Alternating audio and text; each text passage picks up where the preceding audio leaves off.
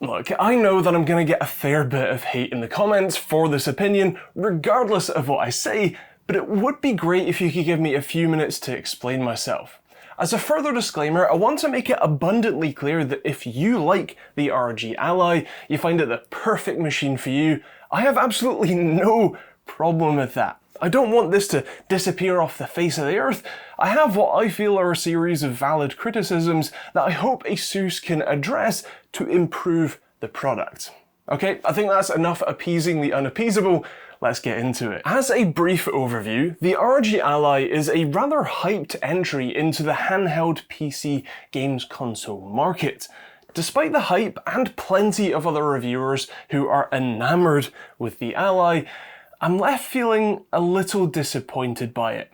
The two big claim to fames are the AMD Ryzen Z1 Extreme chip that powers the Ally, and the fact that the Ally runs Windows as its operating system of choice, specifically Windows 11.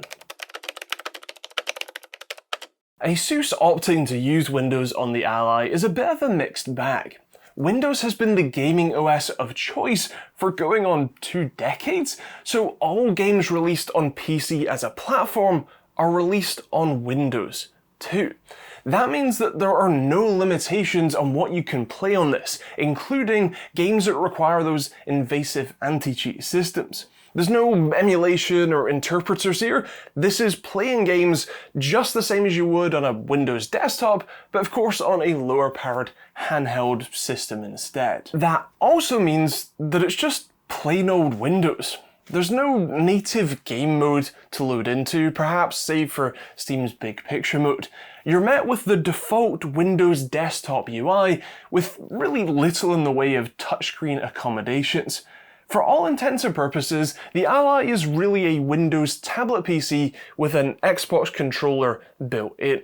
If you've ever used Windows on a tablet without a keyboard and mouse, you'll know just how annoying and frustrating of an experience that is. As an example, on Windows there is no easy and native way to exit games if the game doesn't have one built in. GTA 5 is a great example of that. To close GTA 5, you need to swipe up from the bottom of the screen, and then again to actually bring up the taskbar, and then long press the GTA 5 icon on the taskbar, which is far too small even at 150% scaling, then click the tiny close window button, then open GTA 5 again and hit A to confirm that you want to close it. Seamless. Another quirk of Windows on a handheld console is the inability to turn the screen off when there's a game still open. Again, using GTA 5 as an example, if I have GTA open and tap the power button on the Ally, the screen turns off for a second and then immediately turns back on and sits on the lock screen and burns through the battery in the background. Even with the charger connected, the screen will literally never turn off while GTA is open. By contrast, the Steam Deck is more than happy to suspend any game that's running and instantly resume whenever you want. In fact, it's actually worse than that, because whilst the Steam Deck's self-discharge rate with a game open and suspended is pretty good, in my experience I can leave it for a day or two, before it won't instantly resume and might need a charger, whereas on the Ally, it only takes a few hours of screen off time for the system to fully hibernate, meaning it takes a minute or two for it to boot back up, then you can relaunch the game from scratch. And yeah, while you can tweak those settings, those are settings in the Armoury Crate software, the Ally would regularly or already be regularly dead or on low battery when I came back to it, which makes the experience even more frustrating. There are also other little power management tweaks that the Steam Deck has by default that seem to be absent on the Ally. I ran a battery life test that you'll be hearing more about later, and on the Steam Deck it would actually dim the screen and then put the device to sleep after 10 or so minutes of inactivity, even while GTA 5 was running. On the Ally, it happily ran the battery to fully empty without any fuss. For a handheld console, the Steam Deck's approach makes so much more sense. If you accidentally leave it on while you, go cook dinner or something, Isn't it better to come back to a still charged machine that your game is still running on, that you just have to wake up and away you go, rather than a dead as a brick unit that you'll need to plug in for a while before you can then relaunch the game again? While I'm sure that I'll get a comment or two saying, but you can change this and this and this in Windows and that fixes it.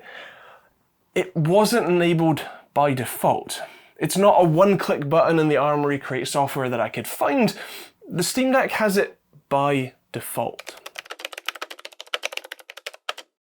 A lot of the issues that I mentioned are problems that Asus and their Armoury Crate software have tried in some capacity to address. For example, closing games. You can manually add the end task hotkey to the control center window you open with the button on the left, and it basically just presses Alt F4. That's a bit more of a bodge than I would like, and the fact that you have to manually map it to that window is pretty annoying, but I guess at least it exists. Interestingly, the Show Desktop button doesn't work in most of the games that I tried it in. That is quite a useful feature on what is often heralded as the easier to multitask OS, as in perhaps you're running Discord in the background, you need to quickly switch channels, but the Show Desktop button doesn't work. Handy. Asus's attempt at a performance monitor is just painful. At first glance it looks fine, maybe a little big, but good enough. Until you try and tap something below it and realize that it is an always on top window that you can't click through. Want to close a menu or a window? Well, you'll have to drag the performance monitor out of the way to somewhere else on the screen and then try again. You might also notice that it's there 24/7 for as long as it's enabled from the button in the control center menu. Like, it doesn't just show up in games, it's there full time. I don't understand how we've had in-game overlays like RivaTuner for years, and Asus can't get it right on their own device. Of course, being a Windows system, you can just use something like RivaTuner or FrameView or OCAD, but you'd likely be missing some information like the battery wattage, and again, this should be better straight from Asus on their own device. There's also the controller mapping functions. On SteamOS, this can be done without actively leaving the game, and it's pretty easy. It uses Steam's cloud controller configurations too, so you can use other people's setups or sync what you already use across various controllers and systems. The ROG Ally has basic mapping functionality built into the Armoury Crate software, although it's definitely more tedious. Mapping the rear buttons is inverted, which is rather unintuitive, and trying to select what they do is a little clunky, especially when complicated by the secondary functions that I can't work out how you'd actually use. The more regular frustration with the built-in controller is the auto-switching between desktop and controller modes. If you don't select the controller mode for every single game you play in the Armoury Crate software, there's a good chance that you'll need to open the control center and manually cycle between the desktop and controller modes before it actually kicks in. Same for returning to the desktop as well if you want the right stick to act as a cursor, which actually right this very second it isn't working. It feels a bit buggy for me, and that level of polish, or lack thereof, is what frustrates me so much about Asus's software on this in particular. What I'm getting at here is that Windows is Windows. It's not made for touchscreens, let alone handheld game consoles. Asus's software is a bodge, a plaster, a bit of lipstick on a pig, and not a great application either. It attempts to make the user experience better. The control center panel that pops out with that button on the left is a good start, but it feels like that's kind of all they really did. The Armoury Crate app does technically let you launch games that it detects, but it's not exactly useful or a place I've found myself using. It's pretty much just their standard Armoury Crate program with a couple of specific pages for the Ally settings. That's about it. And that's a stark contrast to the Steam Deck, where in gaming mode you get a complete UI for launching your games, Steam games or not, and a control center type window on the right hand side with endless customization options, including for plugins like power tools, and then a full menu system on the other side that lets you exit games easily, remap your controls easily without actually leaving the game, and switch games easily too. It's a custom designed experience, and it shows. The chip at the literal center of the Ally is AMD's new Ryzen Z1 Extreme. It is, without a shadow of a doubt, a more performant and powerful chip than the custom Van Gogh chip in the Steam Deck. Just on specs alone, the Z1 Extreme has 8 cores and 16 threads, compared to just 4 cores and 8 threads on the deck. It's a much newer Zen 4 architecture compared to the now ancient Zen 2. The GPU it's running uses RDNA 3 architecture instead of RDNA 2, and has 12 compute cores instead of 8. In fact, the overall TDP of the Z1 Extreme goes up to 30 watts in the Ally when plugged in, or 25 watts when on battery power. I'd describe the performance as plenty, although if I'm being really honest, I rarely find that the Steam Deck's performance is inadequate. I often run the Steam Deck at 40Hz and 40fps to extend the battery life, so it's rare that I find a game that won't run at 40fps at least. Actually, most of my time with the deck is spent in emulators, which do work fine on the Ally, although the beautifully simple EmuDeck setup tool isn't yet publicly available for Windows, so you'll have to set each emulator up manually. I'm actually considering doing a video on that, so if you're interested, let me know in the comments down below. But of course, the more power you have, I mean, that's great. Although, since this isn't a custom chip, that tends to show up a little bit in the efficiency department.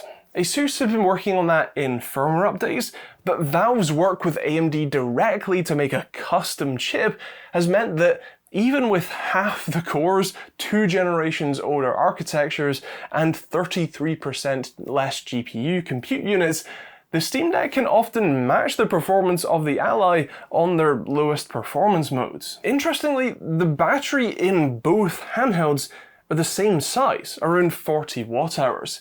If you consider the Ally uses 25 watts for its APU in the turbo performance mode and has a 120Hz 500 nit display, you'd expect the battery life to be worse. And yeah, you'd be right. In the battery life test that I mentioned earlier, running GTA 5 at 50% screen brightness on the Ally and a sort of comparably or visually comparable 75% brightness on the Steam Deck at 25 watts for the APU on the Ally, it lasted just 55 minutes before conking out, thanks to drawing between 40 and 45 watts from the battery. The Steam Deck was almost double that, as it drew between 20 and 25 watts from the battery during the same test.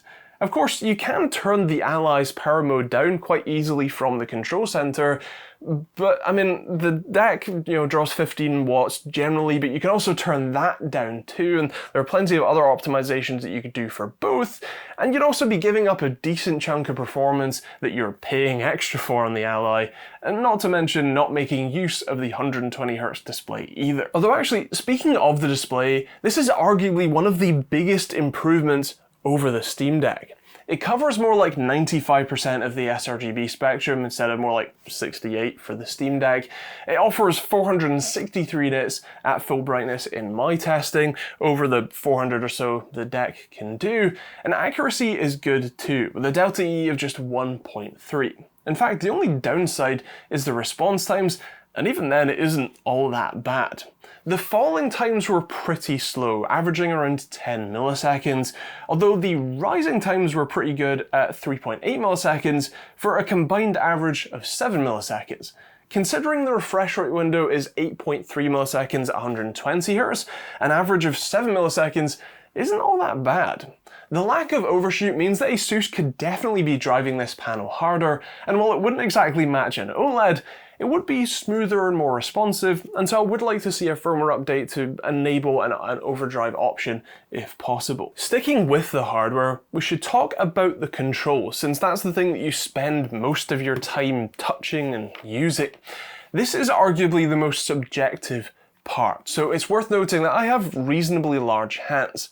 That means that the Steam Deck fits me perfectly, but the smaller Ally really doesn't. It's actively uncomfortable for me personally, especially on the backside, as my ring and pinky fingers have to grip onto the deck with the very tips of them and sort of bend them slightly to be able to hold it. But on the deck, I can use my entire hand to grip it instead, which is a lot more comfortable for me. The joysticks are arguably my least favourite part of the Ally in general. They're weirdly light to move, and the concave soft touch tips don't feel right to me either. To top it all off, the ABXY buttons feel a little bit on the cheaper side, and I've had especially the A button be a little on the kind of iffy side and not register multiple times that I've pressed it and I've just launched the game by accident, and because it's Windows, it's too small for me to close. Brilliant. Anyway, while I am here talking about the inputs, the RGB rings around the joysticks are just, I actively hate them. They're actively distracting when you're playing, and when you leave it charging or just on sleep, they flash blue non-stop. It drove me crazy, especially since you don't even get a case to hide this thing in while it's not in use. Now, something I'm yet to see anyone else talk about is how bad the latency is on the controller inputs.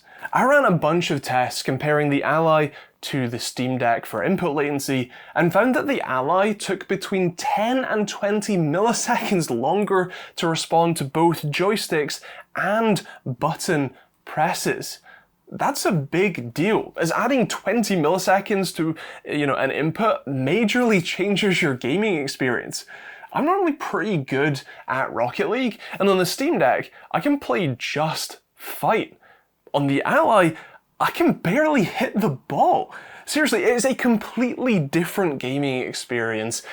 It's genuinely not enjoyable to play that on the Ally. That's a major deal breaker for games that require any level of precise timing. Now, one thing that is objectively better is the cooling system. While it isn't much quieter, in fact the fans kind of are almost always running, it does do a much better job of keeping the heat away from your hands, especially while holding the device. The APU never throttles, even at the 30-watt TDP mode, so that's definitely a good job from Asus. The Ally is remarkably easy to get into. It's even easier than the Steam Deck. It's just 6 screws and a couple of really easy clips, and that's it. The M.2 SSD is equally easy to get at, with no protective covers to remove first or EMI shields that might be in the way, although there is still a 2230 sized drive. It's no bigger. Hell, even the battery is easier to remove as it just unscrews. I'm not sure why they left so much extra space of empty around the battery. I assume that's for the weight, but it would have been nice to have had a 50 or 60 watt hour battery instead of the same 40 watt hour rating as the deck. Another win is the joystick assembly. They're actually just screwed onto their PCBs, so you just unscrew them, pop out the ribbon cable, and that's it. They're ready to replace. The only problem is that Asus doesn't have an iFixit partnership, and I can't find replacement parts or replacement joysticks that I could actually buy right now. I found one store claiming to be an official Asus partner, but the site looked a bit dodgy, and all of the parts were on back order anyway. By contrast, you can buy replacement Hall Effect joysticks for the Steam Deck on Amazon for 30 quid, or buy the original ones from iFixit for £20 each. You can't do that for the Ally. In theory, there might be some Hall Effect joysticks that you might be able to swap in for the Ally, but the third-party modding community is much smaller, so support for that sort of stuff is pretty limited. You can buy replacement shells, custom buttons, joysticks, and I think someone is making an improved display for the Steam Deck. I can't imagine Asus would be open enough to support that sort of stuff or that sort of third-party kit. SteamOS is a custom-designed operating system Valve made for the Steam Deck to make it a well-rounded and complete gaming experience. They designed it to work perfectly on a handheld. You can't say that Windows was, though. Especially with the inclusion of the touchpads on the Steam Deck, it's pretty rare that I reach for a keyboard. On the Ally, I had a keyboard connected for the entire setup process, and quite regularly to do little things like close windows, move windows to resize them to fit on the tiny screen, or just use a mouse cursor to click on something that's too small to hit with my fat fingers. That's not a cohesive experience. And there's only so much that Asus can do with their software. Short of making a full game mode that launches as a full screen app similar to the Steam Deck's game mode that can then incorporate, special features and UI tweaks, I can't imagine that the Ally will ever be as well-rounded of an experience as the Deck. Yes, you can play any game you want and never have to worry about Proton compatibility, and you'll do so with more performance. But you have to put up with Windows being a fairly unfit OS for the job, the battery dying constantly, and an endless stream of why type of frustrations. The Steam Deck has plenty of problems for sure. It's far from perfect, but you can tell that Valve put a lot of thought and work into making the Deck a well-rounded experience, even if there are some imperfections.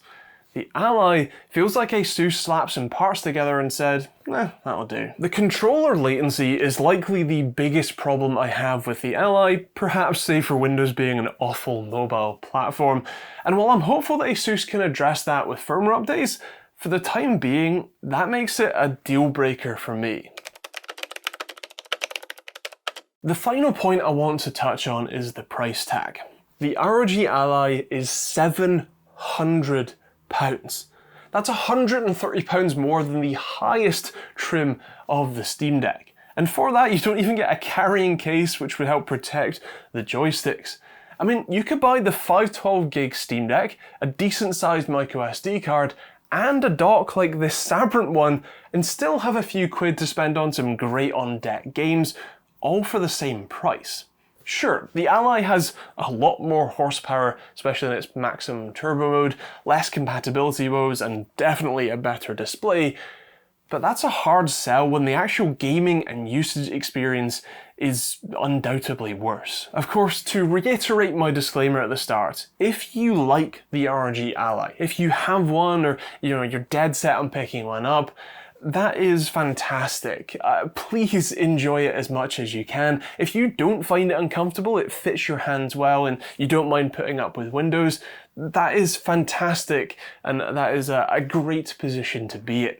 Personally, there are enough frustrations and things that I find worse that I wouldn't put my own money down for one of these, but I did for the Steam Deck. Of course, those are all my thoughts, but I would love to hear yours in the comments down below.